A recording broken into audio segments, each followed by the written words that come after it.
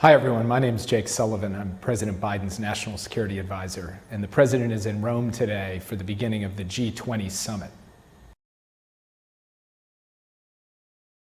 The G20 is short for Group of 20, a group of 20 nations that came together after the global financial crisis back in 2008 to respond on an emergency basis to the economy falling apart around the world.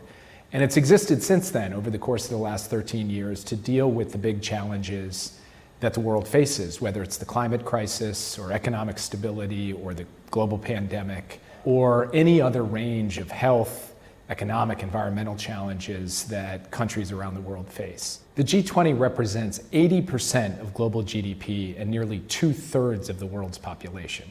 Countries from every continent, every part of the world. For this G20 summit, we're going to be focused on 4 big baskets of issues. The first is trying to help make sure that the economic recovery, as all of our economies pull up out of the COVID-19 pandemic, goes as smoothly and as sustainably as possible. Number 2, the climate crisis. Speaks for itself. We have a massive challenge with respect to collective action on climate, and the G20 will help set us up for more coordinated action. The third is public health, not just dealing with COVID-19, but building back better so that the world is more prepared the next time there's a pandemic to detect it, prevent it, and if necessary, respond to it. And fourth, there's the catch-all basket, everything else going on around the world, from the recent military takeover in Sudan to Iran's nuclear program that's accelerating, or ransomware in the way that it afflicts all of the countries who will be showing up at the G20. It's a broad agenda, there's a lot to get done, and a lot to pack in over the course of this weekend.